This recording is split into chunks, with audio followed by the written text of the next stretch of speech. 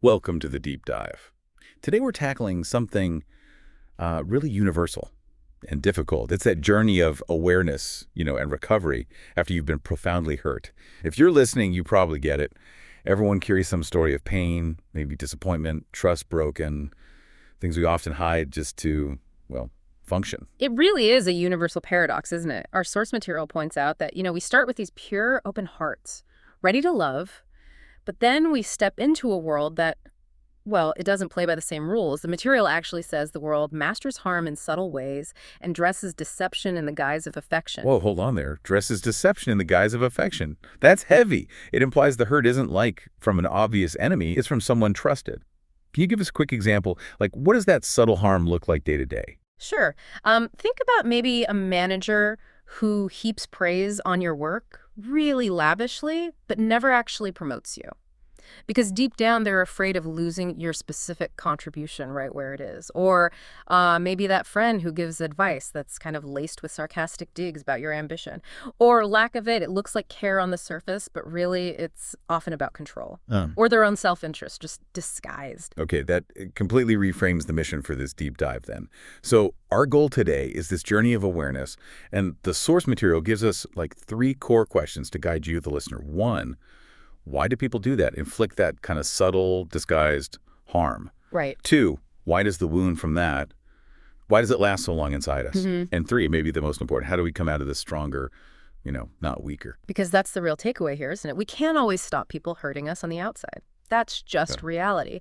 But the real power, the sources argue, is learning how not to finish what they started inside us. That's the crucial knowledge we need to unpack today. Okay. Let's start right at the beginning then. The source material calls it the blank slate. This idea that we start out pure like a drop of dew. No judgments, no fears. We just act, love, forgive, instinctively. We think the whole world is honest, just like us. And then, inevitably, the world delivers what the sources call the first scratches. Maybe it's a kid on the playground mocking you, or a relative lets you down publicly, or that friend you trusted just pulls away, suddenly. And with every scratch, that pure, trusting part, it shrinks, just a little bit. And the part that learns caution, defense, that part expands. So we start building things, protective layers, walls of caution, you mentioned masks of cohesion, even walls of ignorance, all just to protect that vulnerable core. We're just trying to survive the world's, lessons. Exactly. But there's this tension, isn't there? Because even behind those walls, that child inside, that sort of innate instinct, it never totally stops hoping. It's always waiting for a safe moment, whispering, maybe this time, maybe it'll be different. It's pure hope fighting against that very real fear of being hurt again. So what does this mean for, growing up, finding maturity? This is where the analysis gets really interesting, I think. True awareness, the sources suggest, means realizing purity isn't the same as being naive. Right. And maybe even more importantly, kindness doesn't mean you just let everyone walk all over your boundaries.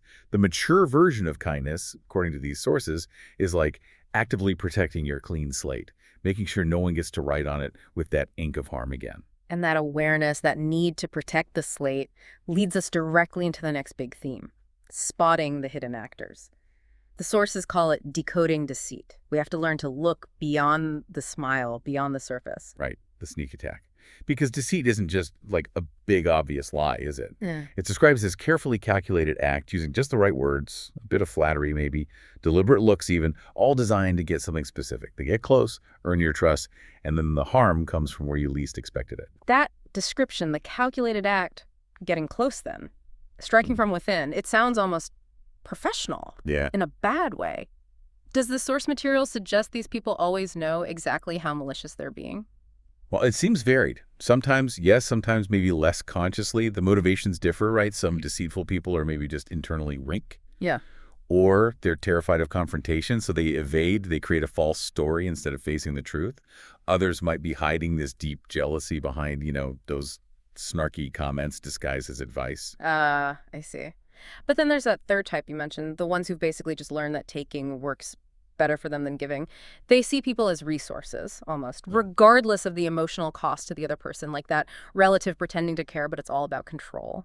Or the friend using things you shared against you later. Yeah, exactly. But the question then is, why are we often so vulnerable to this? And the reason the sources give is, it's startlingly simple. It goes back to that blank slate idea. Hmm. We tend to judge other people based on our own intentions. Mm-hmm. If you were raised on honesty, you naturally believe others are honest. If loyalty is your default, you don't easily imagine betrayal. And these deceitful people, they exploit that fundamental kindness, like a sniper finding a clear target. Okay, so that's the danger. How do we protect ourselves then, without becoming cynical or losing that kindness? We have to become conscious, the sources say. Not cruel, just aware. And they give us 5 really specific signs of deceit. Things you really shouldn't ignore. Okay, let's go through them. These sound vital. Sign number 1. Those who talk badly about other people will eventually talk badly about you. Exactly. And this one's so easy to ignore, isn't it? Because sometimes we like being the one they confide in. Makes us feel special. But we forget. If they break trust about others to you, they'll eventually break trust about you to others.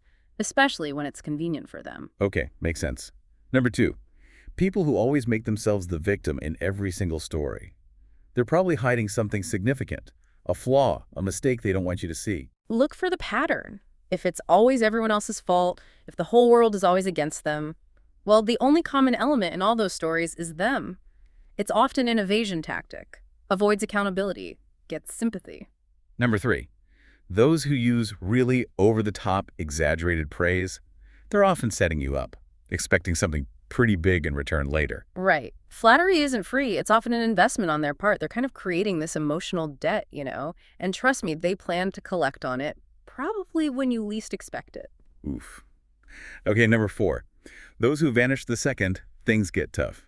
They are definitely not worthy of your time or energy when things get better again. Loyalty isn't about convenience. It's about commitment, isn't it? Fair-weather friends are purely transactional. You really need to define your inner circle by who sticks around when it's raining, not just when the sun's out. Absolutely. And the 5th sign. This one feels maybe the most insidious.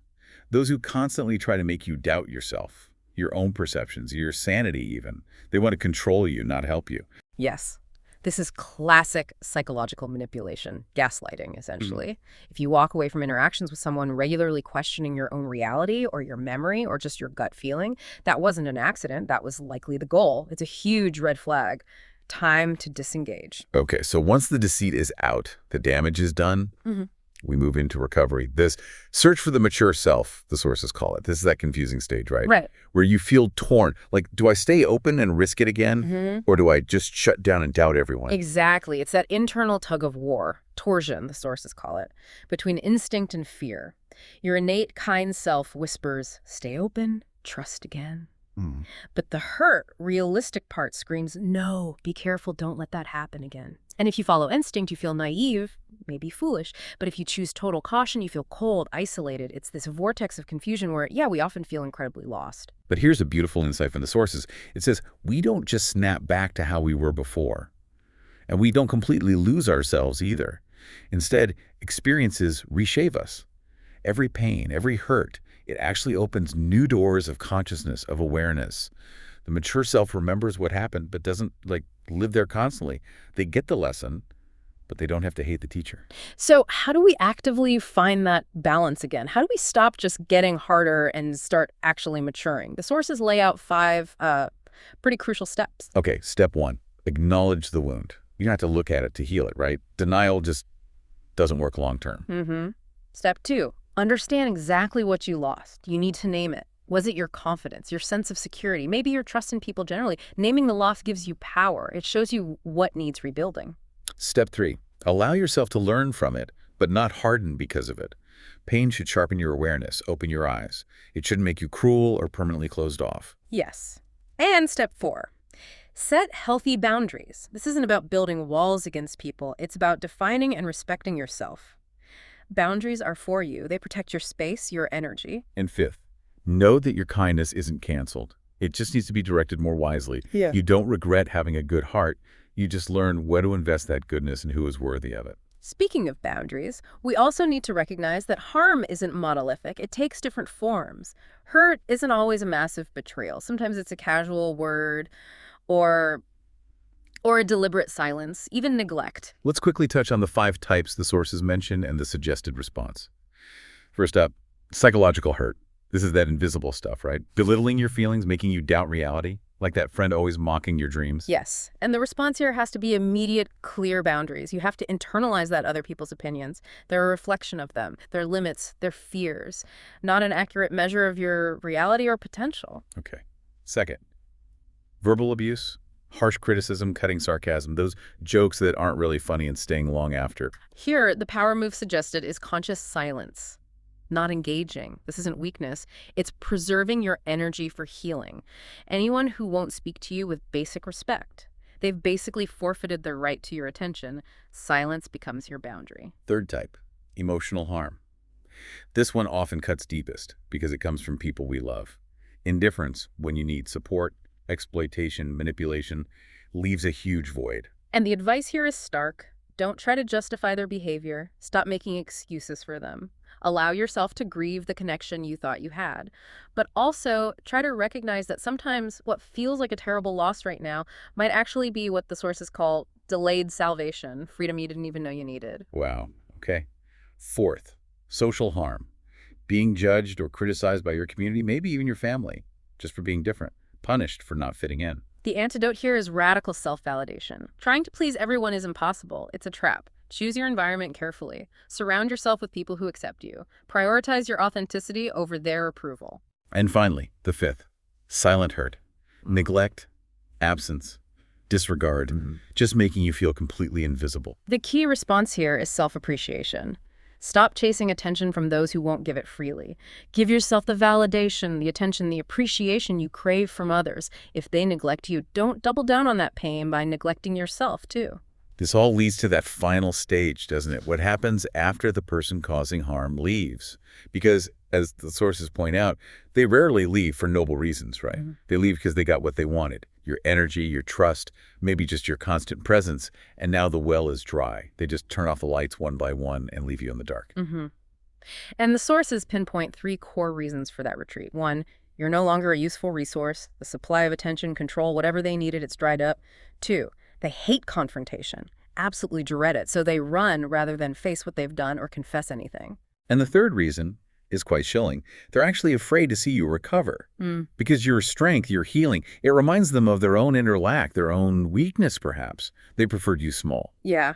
And the problem is the mess they leave behind, that emotional void, the deficit in trust, all that suppressed anger. These feelings are normal, natural, but the real danger is getting stuck there. Becoming, as the sources say, a prisoner of the experience, instead of moving into being a survivor who learns something. So facing that void, that chaos, you basically have 3 paths forward, according to this material. Right. Path 1, revenge. Seems satisfying in theory, maybe. Feels intuitive. But it keeps you tethered to them. Still operating on their terms, fueled by their energy. It doesn't bring freedom, it just prolongs the hurt. Path 2, denial. Trying to pretend you're okay, slapping on a brave face, forcing optimism. But denial doesn't actually heal anything, it just postpones it, makes the eventual recovery maybe even harder, more brittle. Which leaves path 3, awareness and recovery. This is the hardest path, no doubt, but it's the only one that leads to real freedom.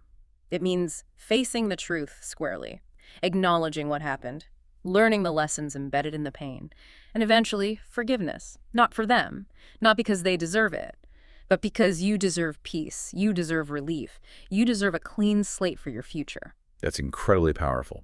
So we've traced this journey from the initial pure state, the blank slate, through learning caution, spotting the subtle actors, understanding the different kinds of harm, and finally choosing awareness and true recovery over those traps of revenge or denial. Exactly. And the core message seems to be that the hurt itself doesn't define who you become, but your awareness of it, the boundaries you build because of it, the wisdom you gain, that defines you moving forward. So let's leave our listeners with that final provocative thought from the sources, something to really mull over. The material reminds us, don't carry all your hurt with you.